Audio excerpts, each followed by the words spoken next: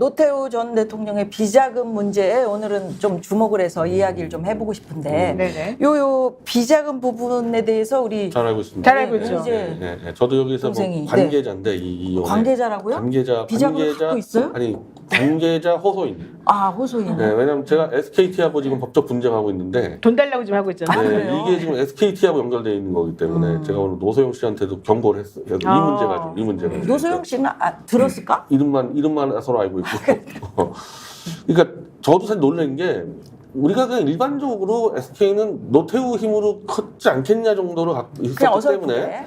그래서 최태원에 대해서 야 나쁜 놈이다 생각하지 않았겠어요? 야 정말 그래도 좀 줘야 되지 않겠냐 일반적으로 저 인간적인 정서로 그래서 좀 노소영한테 많이 기울였다고 생각하는 일반적인 국민들 아는 사람들 입장에서는. 근데 난 판결문에 아니 그 노소영 씨도 이제 2심에서 있는 아주 대놓고 노태우가 비자금 300억 원을 주고 최종현 회장, 그러니까 최태원 회장의 아버지. 부친이 받아서 태평양 증권을 인수해서 그 태평양 증권사가 자금을 빨아들여가지고 그 돈으로 SK텔레콤 만들었단 말이에요. 이게 그냥 아예 판결문에 적나라하게 노태우의 힘으로 만들었다. 노태우의 돈과 노태우의 권력으로 만들었다가 나왔는데 그럼 그 비자금 300억은 불법이죠. 노태우가 돈 벌어서 만든 게 아니고 기업체한테 받은 거 아닙니까? 그래서 실제로 그런 비자금들은 다음 정권에 승계했단 말이에요. 노태우 개인 게 아니란 말이에요. 최소한에. 그리고 노태우가 이 권력으로 이 이동통신 사업자를 해주고 나중에 SK텔레콤 만든 거는 김영삼 정권이지만 이동통신 사업에 진출해가지고 노태우거든요. 그러니까 법원에서 정확하게 걸려졌단 말이에요. 그러면은 어찌 보면은 권력 남용, 국정농단, 이 불법 비자금과 국정농단으로 키운 회사의 자산을 노태우 씨 딸에게 귀속하는 게 이게 맞는 얘기냐 이게 법적으로 이게 민주공화정에서 그래서 이게 이상하다는 거예요. 그래서 이 판결이 난 다음에 네. 판사들이랑 변호사들이 약간 논쟁이 붙었어요. 이 판결 좀 말이 안 된다. 왜냐하면 그 판결대로 하자면 뭐 어쨌든 그 원인 행위는 어떻든 간에 돈을 받아가지고 있었으면은 뭐 불법적이든 뭐든지 간에 나눠주는 쪽으로 지금 가는 방식인 거잖아요. 네. 그리고 현재 있는 그 우리는 파탄주의가 아닌 유책 배우자의 그 관련된 걸 택하고 있는 이 것이 지금 완전히 반대로 지금 가버리고 있는 상황이 돼버렸거든요. 그래서 이거 대법원 가면은 깨진다. 그리고 이런 식으로 하면 경제 파탄 난다. 그리고 선량한 주주들 이게 개인 회사가 아니잖아요, SK가. 그렇죠. 선량한 주주들은 그러면은 왜 이 두 사람의 결혼 때문에 정말 날벼락을 맞아야 피해를 봐야 되냐. 되냐. 네, 지금 그거 가지고 사실은 좀 논쟁이 붙었어요. 근데 이게 그 비자금이라고 우리가 이렇게 규정을 할 수 있다면 국고 환수 같은 거는 안 되는 거죠. 지금 시간이 너무 많이 지나고. 공소시효가 너무 지나서 그게 이제 범죄 법적으로, 자금 네. 이제 요거 이제 하는 건 2001년, 네. 2011년, 2001년 하여튼 그때 이제 법이 제정됐기 때문에 그 이전에 일어난 일은 이제 소급을 할 수가 없는 거죠. 근데 그걸 아니까 이번에 공개를 하고 이게 폭로를 했죠. 특별법이라도 만들어서 이게 어떻게 정리를 해야지. 아니 민주공화정으로 우리가 이제 이렇게 성장해 왔는데 정치 체제가 불법으로 만들어 놓은 재산을 어떻게 그쪽으로 다시 그 유리하게끔 그 자녀들에게. 그래서 지금 보수 사이트에서는 야 이런 식으로 되면은 예를 들면은 현대그룹이랑 포스코를 만드는데 박정희 대통령이 어마어마한 기여를 했습니다. 그 박근혜가 소송 걸면 어떻게 되는 거냐 그러면 그거 내놓으라고 하게 되면은 저런 식으로 하면은 앞뒤가 좀 안 맞는 부분이 있죠. 이게. 근데 우리 변희재 동생이 뭐 특별법이라도 만들어서 이런 얘기 하셨지만 사실은 무슨 일이 벌어지면 그때 제때에 이거 단죄를 하든지 아니면 뭔가 풀어야 돼. 그리고 이제 그냥 유야 무야 이렇게 흘러오니까 오늘날 이런 일이 있는 거 아니겠습니까? 그렇죠. 정치인 여러분들. 네. 제가 이제 고위직 판사한테 직접 얘기를 들어보니까요. 이제 이게 지금 판사 사회 내부에서 굉장히 논란이 많은데 보통은 이제 판사가 판결하면 한 절에 9명 이상은 뭐 충분히 인정할 만한 재판이다 그러는데 한 절반 정도가 지금 이 재판 결과를 못 받아들인다는 거예요. 근데 그러면서 당연히 대법원에 가면 그럼 이것이 어느 정도 파기환송이 되겠지라고 전망을 하면서도 요즘 트렌드가 바뀌고 있다. 이런 방식으로 국민들이 원하는 정서가 있으면 대부분에서 이걸 받아들일 수 있는 거 아니냐 이런 것도 가능성을 점치더라고요.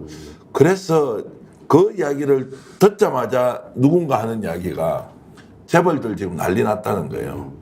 재벌 배우자가 재산을 가지고 이제 이혼을 못 하겠구나. 아니 근데 이게 약간 두 가지 나눠서 생각해야 되는 게요. 이게 위자료하고 재산분할하고 두 개가 조금 분리돼서 좀 생각해야 될 필요는 있을 것 같아요. 지금 원래 우리나라는 한 30년 정도 살아도 아무리 상대방이 잘못해도 위자료는 안 주잖아요. 5천만 원. 5천만 1억이 넘어간 경우 거의 없죠. 5천만 원이 거의 최대고요. 위자료가 그다음에 돈이 좀 많은 사람한테는 1억 정도 받기도 하고요. 이번에 이 노소영 씨 재판한 김시철 부장은 작년에 2억을 때려가지고 좀 그게 충격을 받은 적이 있었거든요. 근데 이번에 이 노소영 씨 관련해가지고는 최태원 씨가 잘못했다고 해서 20억을 지금 위자료로 얘기했잖아요. 그럼 일반적으로 주는 위자료 5천만 원이 너무 작다고 우리가 계속해서 말을 주장해 왔는데 어쨌든 그거에 대해서 몇 배예요? 20억이면 몇 배야? 재산의 비례 40배. 예. 그러니까 원래는 그렇지 않았어요. 원래는 아닌데. 예, 그러니까 그리고 재산 분할은 잘못했든 잘했든 간에 재산의 그 형성에 기여한 걸 가지고 따졌었거든요. 그러니까 지금 말씀하신 부분은 예컨대 재산 형성에 그런 기여하는 부분하고 위자료하고는 이제 구분을 해서 위자료는 확 올려야 되는 게 맞아요.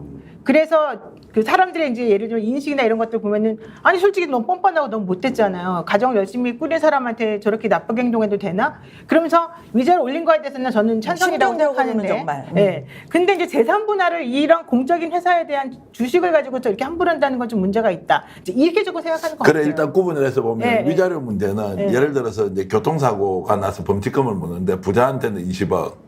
돈 없는 사람은 2,000원 뭐 이렇게 물리는 것과 비슷한 것이어서 그렇죠, 바로 그렇죠. 결혼 자체가 예를 들어 파탄이 났단 말이에요. 그러면 결혼 자체가 파탄남으로서 생기는 책임에 대해서 금액을 묻는 거는 대체로 어떤 사람이든 뭐 보통 한 3천에서 5천 뭐 이 정도 지금 가는 것이 일반인데 뭐 1억도 많다고 했는데 그걸 20억 한 것 자체가 돈 많으면 그러면은 위자료라고 하는 일종의 교통 범칙금을 그렇죠. 20배, 30배를 줘도 되느냐 이게 논쟁이 하나가 생겼고 제가 조금 전에 말씀드렸던 것은 재산 형성에 이제 기여를 했다고 했을 경우에 이걸 인정해주면 자 그러면 어떤 부분이 기여냐 아니냐 이거는 비자금 때문에 기여했다가 아니라 실질적으로 재산 형성에 기여를 하잖아요 배우자가. 그러면 이제 이게 당장 재벌들은 이혼을 이제 못하겠다 재산 많은 사람은. 그런데 놀라운 이야기가 하나 있어요.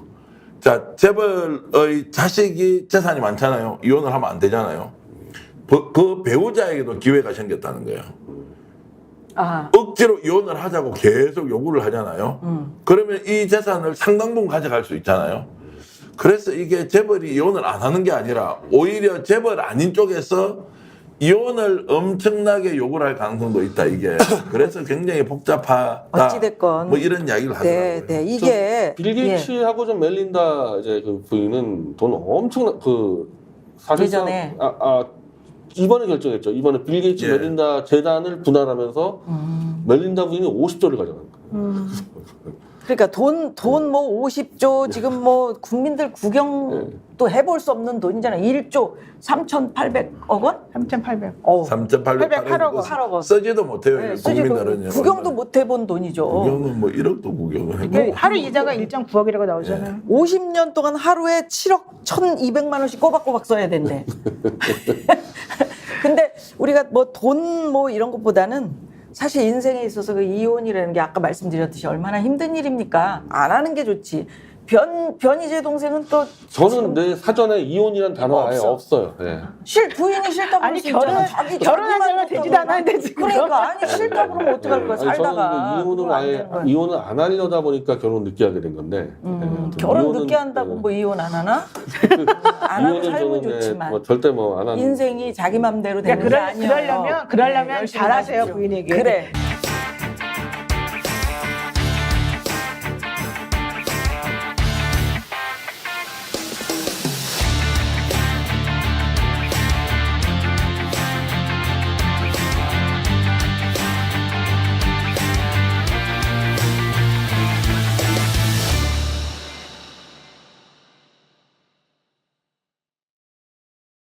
지금 당장 스픽스 구독 눌러주세요. 지금 보고 계시는 영상 좋아요, 댓글도 마구마구 남겨주세요.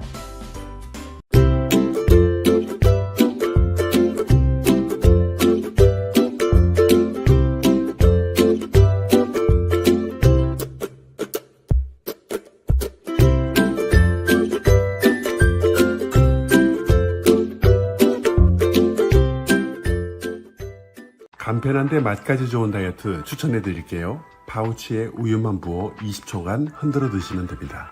서리태 단백질과 건조염으로 한 끼에 필요한 영양소들이 알차게 들어있습니다. 정말 맛있는 비타샵 블랙 스무디 다이어트.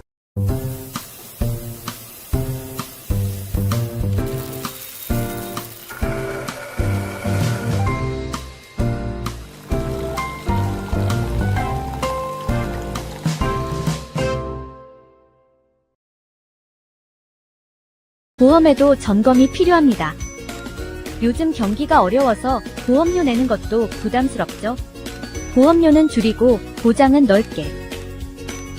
건강보험도 자동차 보험도 나에게 맞춤 보장. 믿을 수 있는 보험 전문가들. 믿을 수 있다 더 착한 보험. 본 광고는 손해보험 광고 심의 기준을 준수하였으며 유효기간은 심의 결과 통보일로부터 1년입니다.